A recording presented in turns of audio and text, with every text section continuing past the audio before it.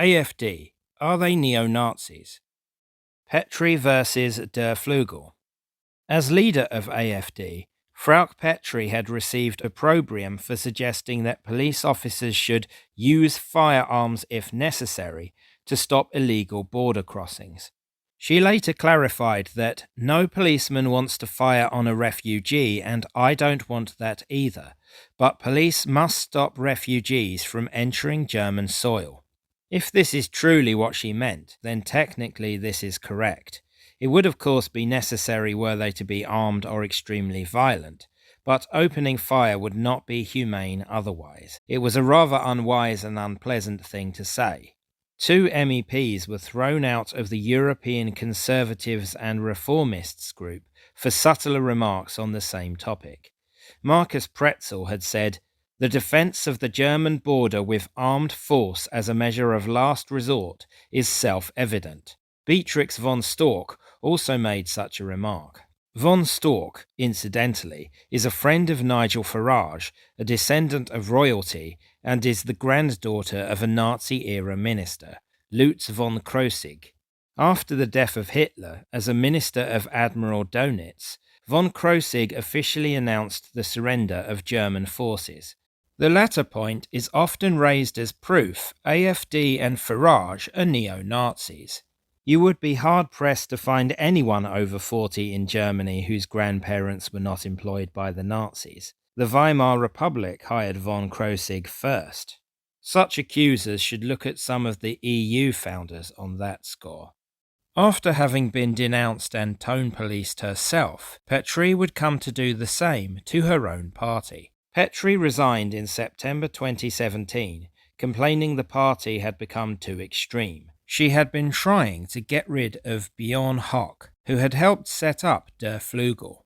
Höcke had made dubious comments during a Dresden rally on 17th of January. He was discussing the National Holocaust Memorial located in Berlin. Addressing the AfD youth organization, Jung Alternative, he reportedly said, "We Germans are the only people in the world who have planted a monument of shame in the heart of our capital." There was some dispute about whether he meant a shameful monument or a monument of shame. He later clarified he meant monument in memory of a disgrace, and that on previous occasions he had denounced the Holocaust as a disgrace for our people. In the speech, he also apparently said of remembrance of the Holocaust in Germany, "This stupid coping policy is still paralyzing us today. All we need is an 180-degree turn in remembrance policy. We don't need any more dead rituals." Now, this is pretty bad. I can understand to some extent what he might be getting at, in the sense Germany is unable to pursue nationalist policies because of the constant guilt about the Holocaust. "I feel I must apologize for the conduct of my nation in the war." Indeed, most European countries seem unable to do so because the Germans, as Douglas Murray flippantly put it, mucked up. Nor should Germans forget about the great things they have done in history, and neither should the rest of the world. In the same speech, Höcke was saying these other achievements should be emphasized. However, you can't get away from the fact Germany committed one of the worst crimes in history, and it must always be remembered. And yes, so should some of the darker actions the Allies took.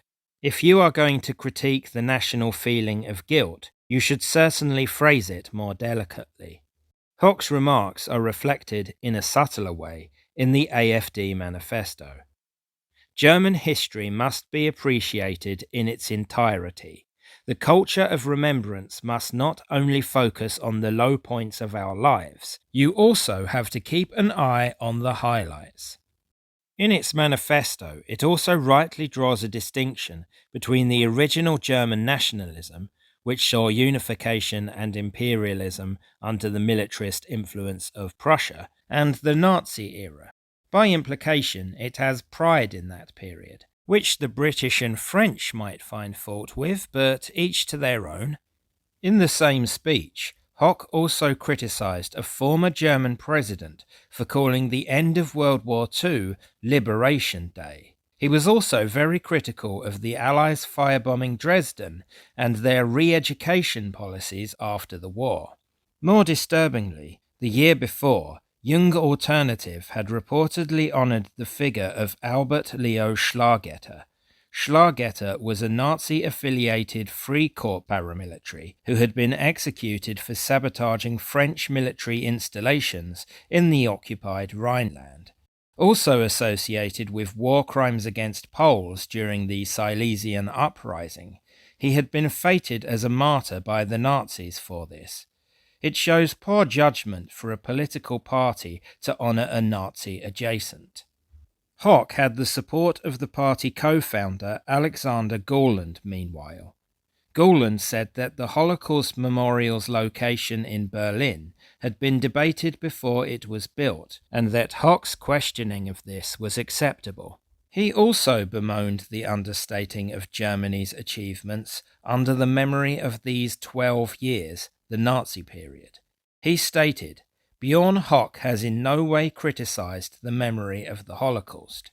Petrie disagreed vehemently, saying Bjorn Hock has become a burden for the party, but she lost that battle. She stayed within the party long enough to be re-elected in the federal elections. Then the next day, she stormed out of a press conference saying the party had become anarchical and could not offer a credible platform. Her resignation was demanded, and she obliged. Meufen versus Der Flügel.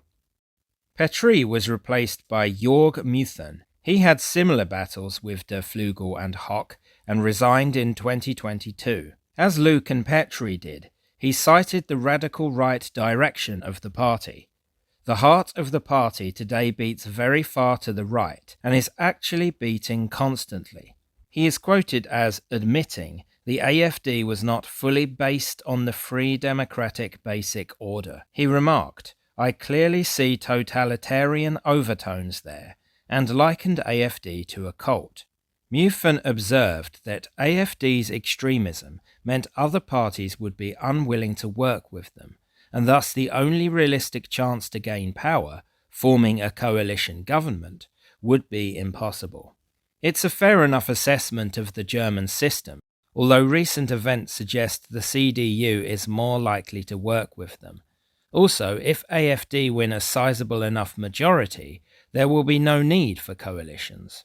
The current co-leader, Alice Weidel, suggested Meufen was throwing mud at AfD to try and curry favour with the EU authorities, who were investigating him for supposed financial irregularities. The EU had stripped him of his immunity in order to do so. Another controversy under Meufen was that of André Poggenberg, an MP in the Saxony-Anhalt Parliament, who was AfD's state chairman. In 2018, he made an anti-Turkish speech in the parliament. He was reacting to a German-Turkish community organisation, TGD, opposing a name change to the Interior Ministry. The government renamed the ministry the Interior Construction and Heimat Ministry. Heimat means homeland, and the TGD protested that this was a xenophobic phrase, partly because it was used by the Nazis. So were motorways and Coca-Cola. Poggenberg's response was, These cumin traders have a genocide of 1.5 million Armenians on their own, and they want to tell us something about history and homeland. These camel drivers should go back to where they belong. Poggenberg also said dual citizenship would create a rabble without a homeland or fatherland. The speech was part of the Parliament's Ash Wednesday tradition, where tongue-in-cheek roasts are allowed to be delivered. Poggenberg claimed he was addressing the TGD, not individual Turks, and for attacking Heimat they did deserve criticism. Even so, it's a bit much and not appropriate for a parliamentarian. For that matter, they don't generally have camels in Turkey. The Ottomans probably used them around the empire, though, so it's classic ignorant bigotry. Nationalists having antipathy towards Turks is common in Germany, because they are traditionally the largest migrant group and ethnic minority in the country, not to mention the source of most Islam. Since the 1960s, many thousands of Turks have sought work and settled in Germany. There has also been much Turkish nationalism within Germany, under the influence of the Turkish government. This, or at least the poor optics, lost Poggenberg the confidence of his parliamentary colleagues. He was forced to resign as chairman as a result, though stayed with AfD for a year. He quit in 2019, bemoaning the leftward direction of the party that he believed had followed the BFV surveillance announcement. It seems he was a difficult character to get on with some possibly corrupt dealings hanging over him. After Mufan, Tino Krapula, a businessman by trade, and Alice Wiedel, a financial analyst, have had shared leadership of the party. Wiedel is the candidate for German Chancellor in the elections to be held on 23rd of February. Krapula has been the target of alleged violence, including when his car caught fire and when he collapsed at a rally. Some claimed he had been attacked with a syringe, but this isn't confirmed. A controversy under the joint leadership was that of Wolfgang Gedeon, an MP in the Baden-Württemberg parliament. He was expelled from AfD after being accused, for good reason, of anti-Semitism and racism. These included various fringe views, conspiracy theories, and revisionist ideas about the Holocaust. He apparently wrote that Jews themselves brought about sufficient justification for the hostilities they had to face. In a speech opposing Germany returning artifacts to Namibia, he said, "Colonialism is a sign that the European white race was far superior to other peoples and ethnic groups in terms of civilization. In terms of organization, technology, and military power, they were clearly superior, but it's extremely dodgy ground to suggest genetic superiority." In Germany, that rings some alarm bells. Again, AfD cutting ties with this individual was a good move.